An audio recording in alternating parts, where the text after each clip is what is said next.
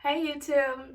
Okay, we are going to do like a 2, 3 in 1 here because I am going to be doing my makeup. I'm going to be attempting a wash and go, and I'm going to be talking about the topic, the subject. Now, this is like a month old, but the fact that Chris Brown had a girl escorted off of the premises of some LA nightclub due to the fact that she was of a darker complexion.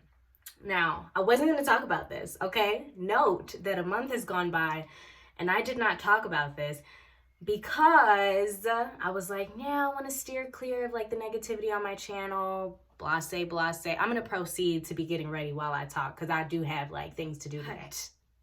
What it was, and I wish I had screenshotted it, but someone left a comment in my comment section that made me feel like, oh no, you guys kind of like my trash talk a little bit, huh? You guys kind of like it? Yeah? Yeah. So, here's the thing.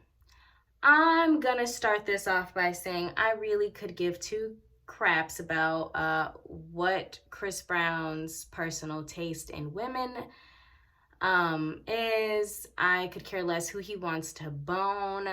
I could care less about, the man's taste. What I dislike is the disrespect. I don't understand why, and I've mentioned this in previous videos. I cannot wrap my brain around,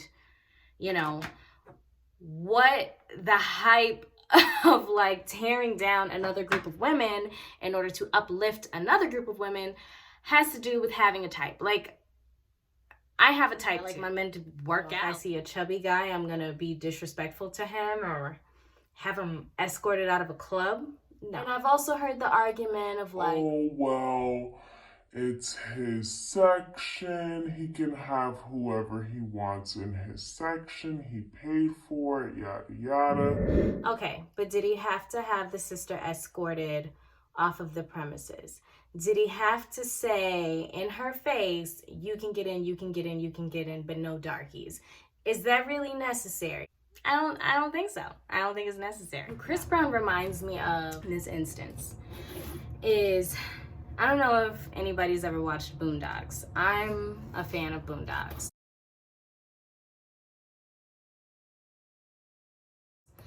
And there's an episode called, I think the name of the episode is called Catch a Freeman.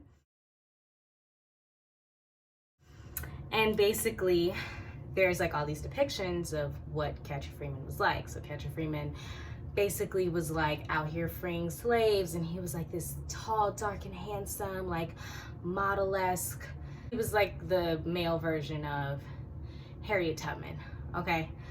But at the end of the episode, you realize that Catcher Freeman, his name was Catch or Freeman because he would catch free men and bring them back. Like, he was a trader. He was a mixed race slave. So like his father was actually the massa, but his mother was a slave. And he was a traitor to the people. And he would go out and basically keep the slaves in their place on behalf of massa.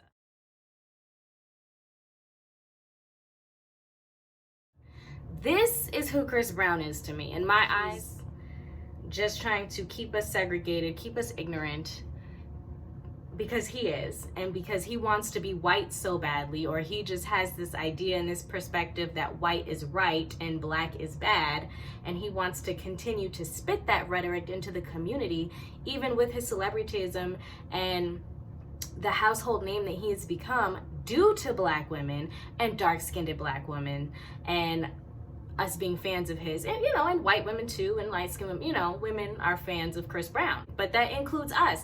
And I just do not grasp the concept of being a celebrity and having fans and thinking that it's okay to talk trash about any particular group of people. Like, that does not like psychologically add up to me. Like, where's the logic in that? And I swear to you, if Chris Brown is not canceled at this point after this, like, it just kind of goes to show how much of a lack of respect society has towards black women in general, or black people and black women in general, because already the black life is obsolete, right? That, like, police officers, regular pedestrians are out here shooting and killing black people and they're out on bail within a day, or they're not even convicted of any sort of crime, or police officers are getting paid vacation and holiday for murdering black men who are unarmed. So I say all that to say, it's been shown and proven in the news and media how society feels about the black life. I would argue even a gorilla's life matters more than that of a black life in the eyes of the way in which society portrays it. I'm not saying that this is factual. I'm just saying that's how it's portrayed in society. That's how we as black people are made to feel. And I'm not trying to downplay any other cause, you know what I mean? But I will say this, that if Chris Brown or any other celebrity for that matter were to speak ill on the name of the LGBTQ community, if they were to speak ill on the Asian rights movement that's going on right now, there would be some heavy backlash. Not only would there be some heavy backlash, but they would be canceled. It would be a very big deal. They would be forced to apologize on a massive outlet of some sort. And I can't lie, I'm not gonna say that this didn't get a certain level of like spotlight and like brought awareness to, not to the level of which Kevin Hart's comment from all of 15 years ago received when he said something negative towards the LGBTQ community. No. And again, I'm not trying to, dismiss any other movement or any other cause. I'm just saying the same way that we hold these celebrities accountable for any degrading or disparaging remarks that they make towards any other group, why is it that when celebrities talk trash about black women, there's little to no backlash, like other than from us? We have to make YouTube videos. We have to be in the comment section talking all this smack. But as for our black men or other groups supporting and acknowledging, it's like it's dismissed.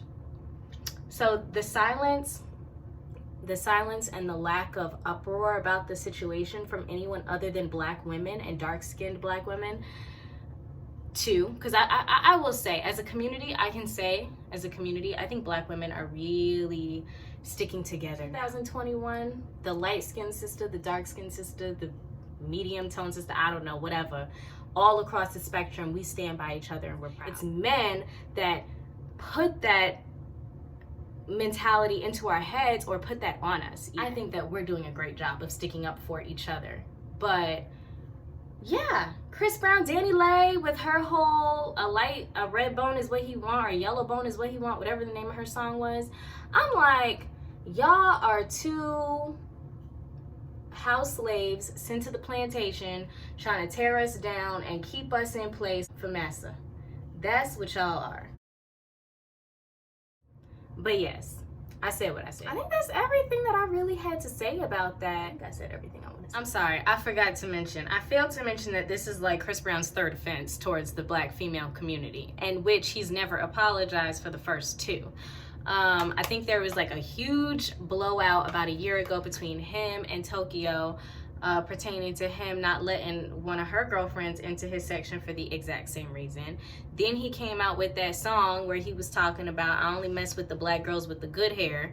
And when black women had a problem with it, he proceeded to call us all ugly. He proceeded to talk trash. All you nappy-headed, ugly-ass girls who got a problem with my line in the song need to go and glue your lace fronts down. I don't really remember what he said exactly, but it was somewhere along those lines.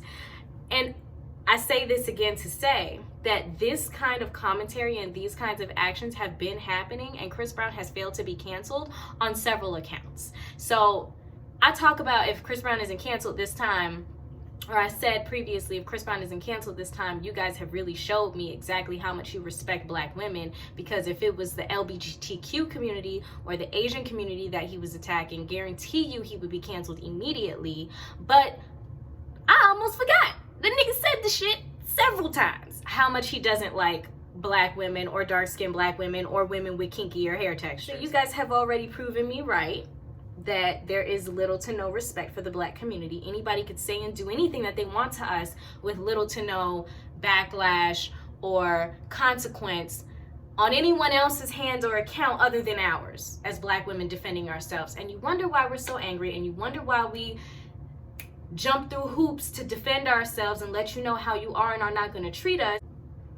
Okay, and I did want to come on here and show y'all the results. I'm not mad at it, you know what I mean? Like, it ain't, you know, it ain't like how the natural hair gurus be, but it's wearable, you know? Literally, right when I'm ready to like post and be done and like, yeah, I said what I had to say, Chris Brown goes and does some other shit, some other dumb shit.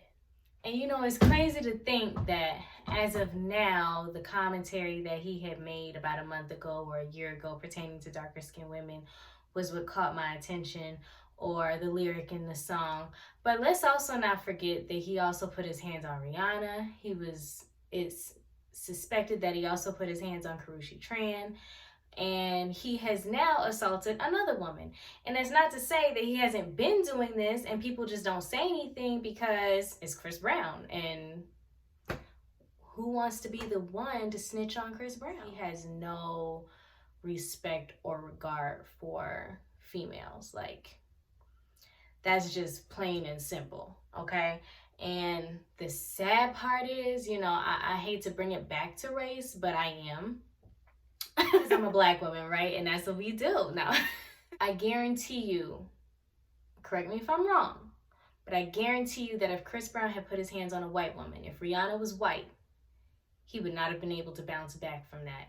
If Karrueche Tran was white, a blonde hair, blue eyes, or even brunette white woman, he would not have been able to bounce back from that. I think the only reason why he keeps getting away with what he's getting away with is because, like I said previously, the value of the Black life is non-existent almost. And the fact that Chris Brown could put his hands on Rihanna and still maintain a successful music career is another representation of that. The fact that he could allegedly have put his hands on Karrueche Tran and still maintain a successful music career is another example of the lack of respect for the Black life and the Black female life. And whoever this young woman that he has now put his hands on most recently, I don't know if they're white, but I guarantee you if it's a white woman, some shit will hit the fan. This is what happens when there's no repercussion.